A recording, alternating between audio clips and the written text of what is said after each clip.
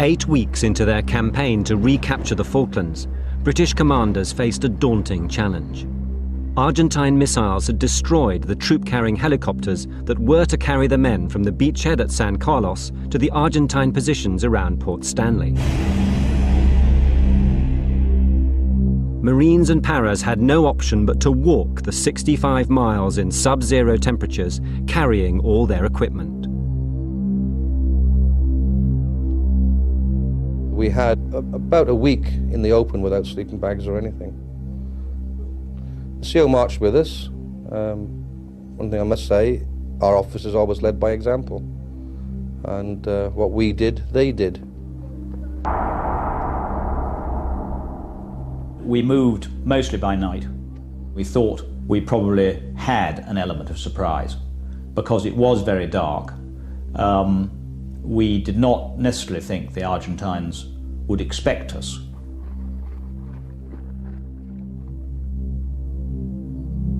The further that 3 Brigade marched from San Carlos, the more they were cut off from supplies and ammunition.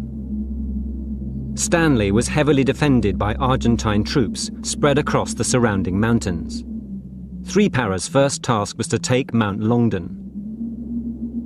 It was held by 300 Argentine conscripts with 500 more in reserve. These inexperienced young troops had been based there for nearly 2 months. Hunger and cold had become the main enemy for men like Louis Lecese. Regrettably, all we thought about was eating, eating, eating. All we had was soup, just water, you know. Nothing in it, just water. A couple of times we were given bubble gum. That's what we ate, bubble gum. 5 miles away in Stanley, there was plenty of food for officers, but little reached the men in the mountains. Hungry conscripts caught scavenging food down in the capital were treated brutally. When the soldiers were discovered, they were staked flat on the ground, legs and arms wide apart. They were tied to stakes from tents by their wrists and ankles. They were left there in the open air for many hours. They were numb because of the cold and the wind. The 600 men of 3 Para planned a surprise attack on Mount Longdon under cover of darkness.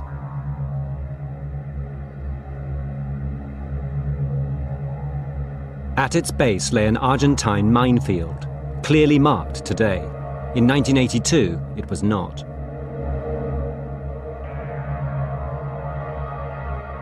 What followed was never filmed, but the battle for Mount Longdon has been reconstructed using the stories of the men who fought there.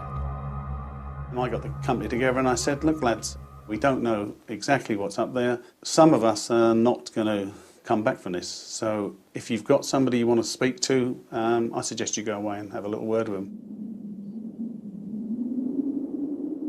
We were told in no uncertain terms that some of us, indeed, would not be seeing the sunrise the next day. And I said ta-ra to a couple of my friends who indeed didn't see the sunrise the next day.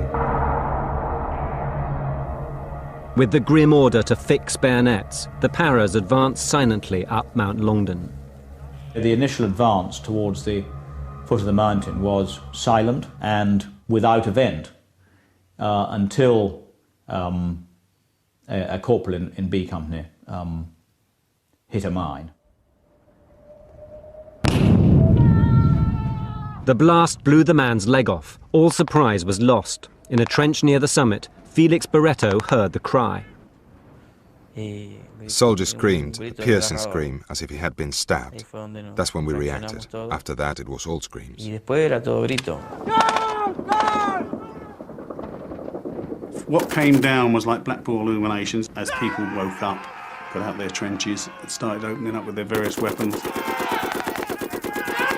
Realising we were in a minefield, as we were running to try and get to some cover, the fire was increasing all the time. The 150 men of B Company leading the charge met a deadly hail of bullets.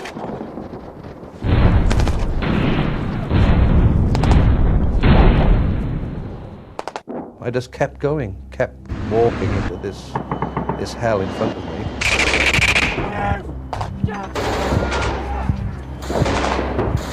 You either fight or you run away from it. It was an intense feeling of fear. My stomach was really knotted tight. My legs felt heavy and stiff. You suddenly sort of switch into this role of almost like a robotic machine fighting forward. Men going in, eyeball to eyeball, bayonet to bayonet.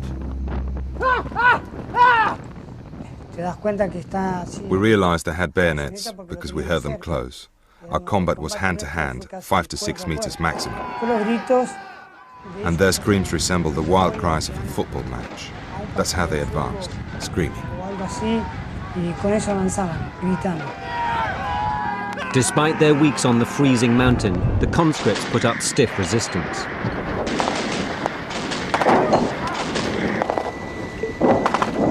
After 3 hours of hand-to-hand fighting, B Company, spearheading the attack, was still pinned down by a heavy caliber machine gun.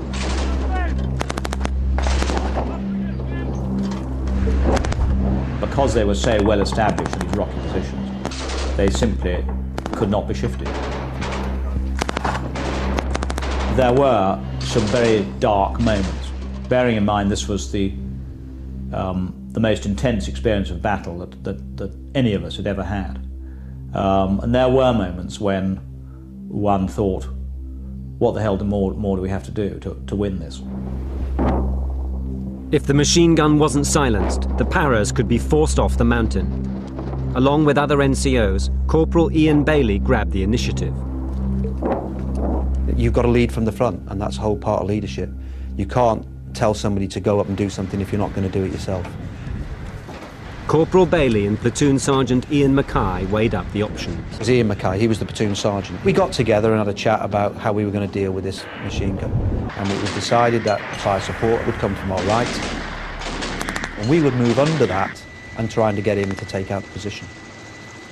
I was shouting to Ian to move forward. As I stood up, a position at the bottom of the rocks, which we hadn't seen, fired. I got hit in the right hip. He went on his own.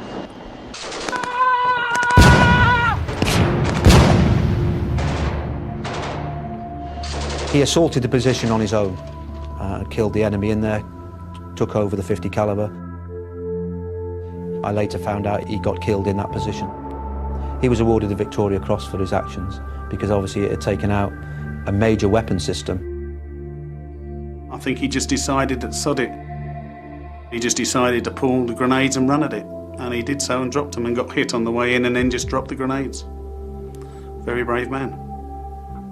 I lay there, looking up at the stars, thinking lots of thoughts, listening to the battle going on, but there was no immediate movement round me.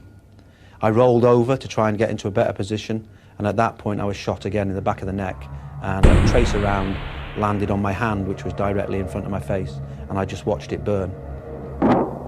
But because the enemy was so close, 20 feet away, I wasn't going to give my position away, and I decided then I was going to play dead and just lie there. By dawn, after 12 hours of fighting, B Company had a foothold on the summit of Mount Longdon, and there was help at last for Ian Bailey. And then I heard a friendly voice, and I shouted out, "I'm injured, I'm forward of you." I got carried down the mountain by our cooks, they're our stretcher bearers.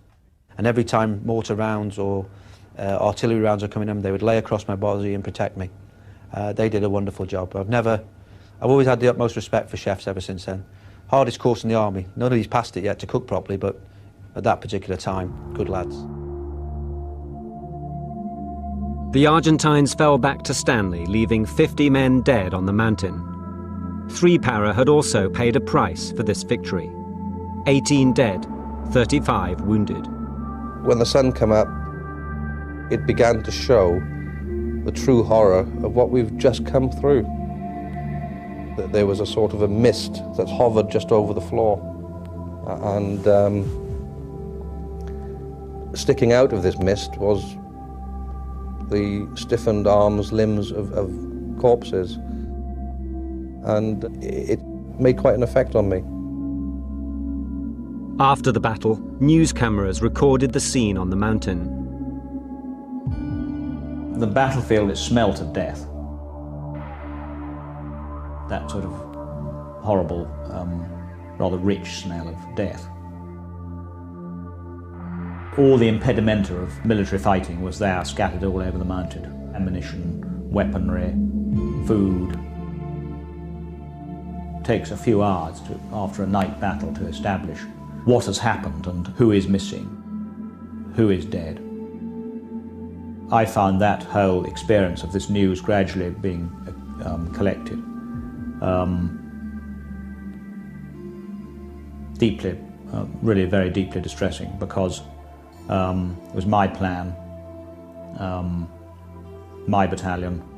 I was responsible for all these soldiers, and one felt no sense of triumph whatsoever. One felt a huge sense of waste, really, that so many young men had lost their lives for this pile of rock.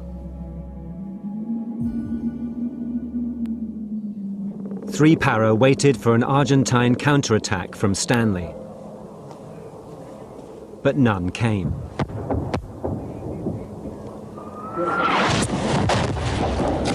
Instead, the enemy shelled the mountain. The Paras were to endure a terrifying bombardment for 48 hours.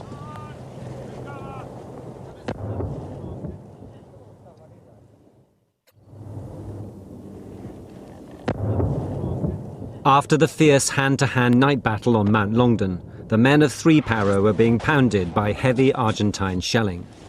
These artillery barrages were very intense, and it was very, very frightening. In fact, I sometimes wonder, what was more frightening, actually fixing bayonets and walking up that mountain, or actually sitting there and having to take this bombardment. You don't have any control of your destiny, and it's literally lady luck, whether you survive it or not. When he volunteered to collect new maps and a resupply of cigarettes, Denzel Connick's luck ran out. I wanted to, in a way, selfishly, secure my own ration of cigarettes. That's when I got caught out in the open with a shell. So I ended up smoking a lot more than I expected, really. There was hardly any warning. It was just a rush of air, a screaming noise, and bang, that was it.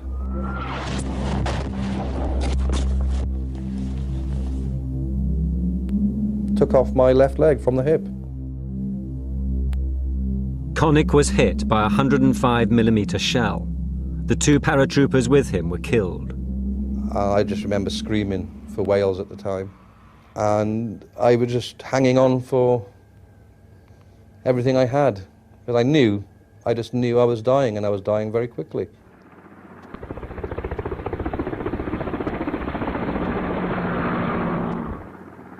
I just wanted to go to sleep. An overwhelming feeling of tiredness. And I knew if I was to allow myself the comfort and the warmth of that sleep, I would never wake up again. So to prevent myself from sleeping, and it was mainly through blood loss, I kept this mental picture of my mother in my mind, because I knew that my passing would give her so much grief that there was just no way I was going to do that to her. Absolutely no way. They got me into the field hospital. I just remember asking the guy, look, I just really want to go to sleep. Is it all right if I go to sleep? Promise me I won't die. He said, no, you'll be all right. Just go to sleep. And I did. And I died. But luckily, obviously, they resuscitated me. And that was it. I just remember waking up the next morning and feeling like hell. But I was alive. Casualties from both sides were brought down the mountain. Ian Bailey, hit 3 times attacking the heavy machine gun position, finally reached a first aid post. But there was a queue of wounded. The doctors put me under a blanket, put me in an outbuilding. Perhaps I wasn't as I wasn't easy to save, perhaps. I had 3 injuries, and there was other people who they could save. And looking at prioritisation of when you have a major incident, they had to prioritise, and I was put to one side. I remember waking up with somebody tapping on my arm, and it was a naval rating of some description, blue shirt, and I said, "What are you doing?" He said, "Are you here to give blood?" And I remember pulling back the blanket and said, "I think I've given enough." And he nearly had heart failure, I think. He ran out, a doctor came in, and you could see the look on their face. I was thinking, they've forgotten about me. They took me straight out to the Uganda, which was the hospital ship. I had 7 operations to patch me all up. And the next day, everything stopped. Mount Longdon was taken, but Argentine units still occupied threatening positions in the heights above Port Stanley.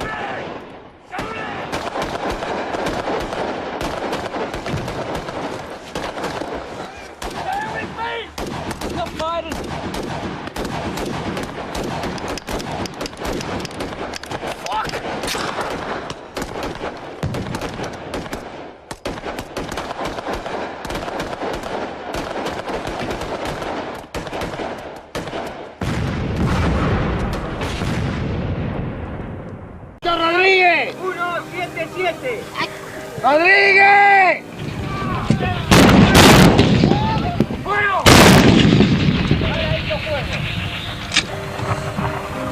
11:15 de la mañana.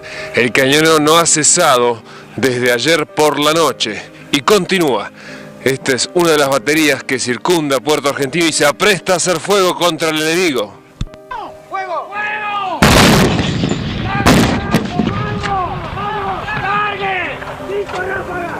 ¡Cargue! ¡Cargue! ¡Tire! ¡Cargue! ¡Listo! ¡Pégale! ¡Pégale! ¡Ahí va, carajo! ¿Hacia dónde está dirigido el fuego de su batería? Está dirigido hacia Monte, Longdon, donde está ocupado en este momento por el enemigo. ¿Es ese monte que se ve con una meseta que lo está coronando? Exactamente, ese mismo monte. Recién se apartaba un soldado que iba a enfermería. ¿Qué tenía? Se lastimó el dedo, es un accidente muy normal acá en las piezas.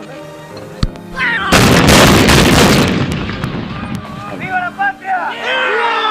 Esos gritos festejan lo que puede ver la cámara. El monte Longdon está envuelto en humo. Los impactos son ciertamente certeros.